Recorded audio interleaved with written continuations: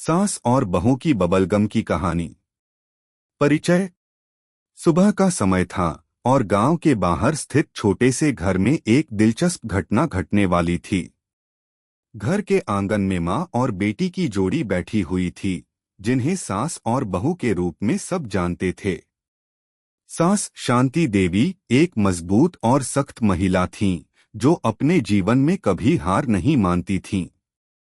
बहू सुषमा एक हंसमुख और चतुर लड़की थी, जो सास की सख्ती को हमेशा प्यार और समझदारी से संभाल लेती थी। दोनों के बीच कभी कोई तनाव नहीं था, बल्कि एक अजीब सी दोस्ती थी, जो उनकी रिश्तेदारी को अलग बनाती थी। आज कुछ खास था।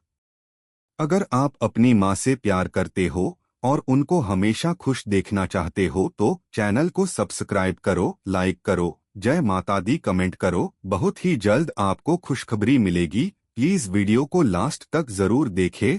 अब आगे सुने। एक दिन गांव में एक बबलगम चबाने की प्रतियोगिता का आयोजन हुआ।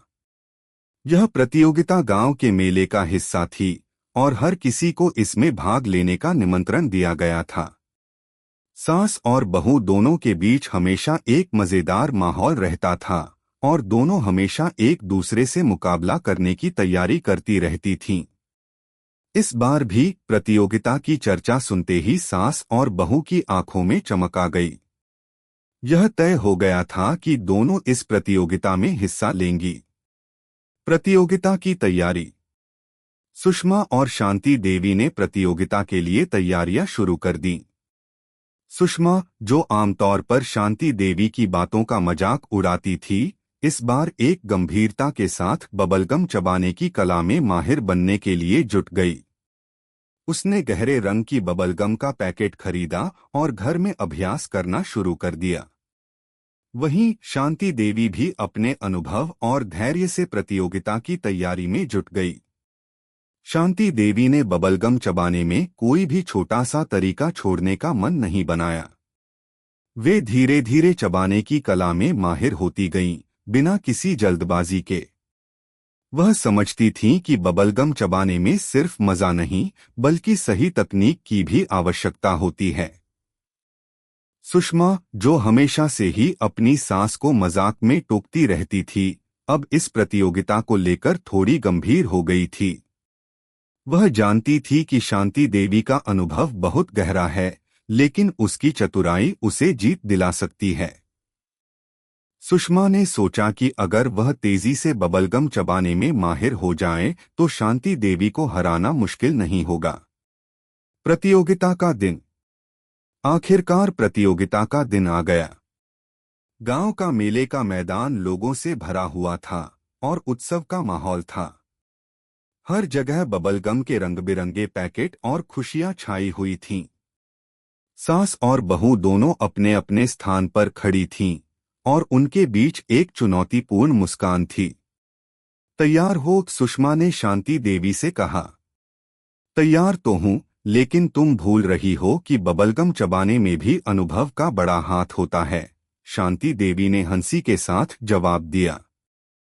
देखते हैं। सुषमा ने मुस्कराते हुए बबलगम चबाने की शुरुआत की। सास और बहू दोनों ने एक साथ बबलगम चबाना शुरू किया। पहले कुछ मिनटों में दोनों के बीच कोई खास फर्क नहीं दिखा। दोनों एक ही गति से बबलगम चबा रही थीं, लेकिन जैसे जैसे समय बढ़ा, सुषमा ने अपनी तेजी से बबलगम को और बड़ा किया और बबलगम का गुब्बारा अधिक बड़ा होने लगा। शांति देवी ने धीरे धीरे चबाने की गति को और नियंत्रित किया। उनका बबलगम धीरे धीरे बिना किसी खिंचाव के फैलने लगा, जैसे वह उस बबलगम के हर हिस्से को महसूस कर रही हों। सुषमा, देखो, धैर्य में ही सफलता है, शांति देवी ने मुस्कराते हुए कहा, जबकि सुषमा की बबलगम ने पहले ही फटने की शुरुआत कर दी थी।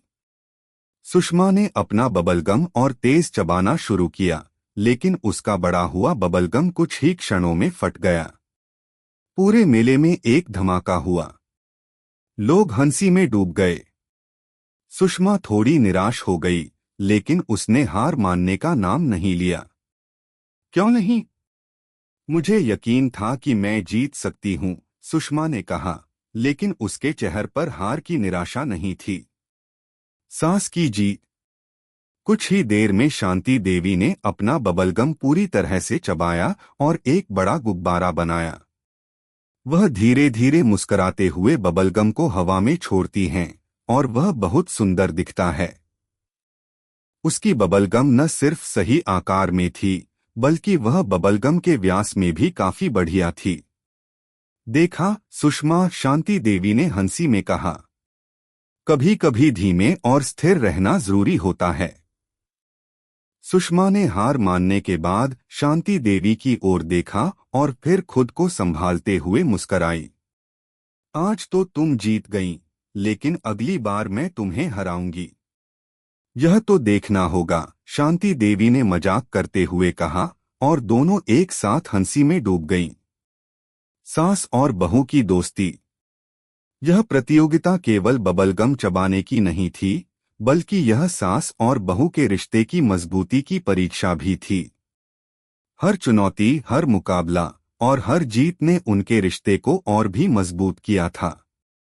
शांति देवी और सुषमा दोनों एक दूसरे से बहुत प्यार करती थीं, और यह प्रतियोगिता एक और उदाहरण थी कि रिश्तों में जीत और हार नहीं होती, बल्कि एक दूसरे की सराहना और समझ होती है।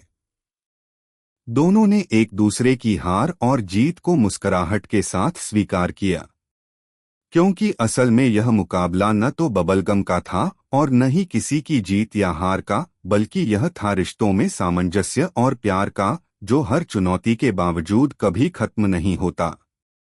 कैसी लगी आपको कहानी? प्लीज कमेंट करो, लाइक करो, सब्सक्राइब करो। धन्यवाद।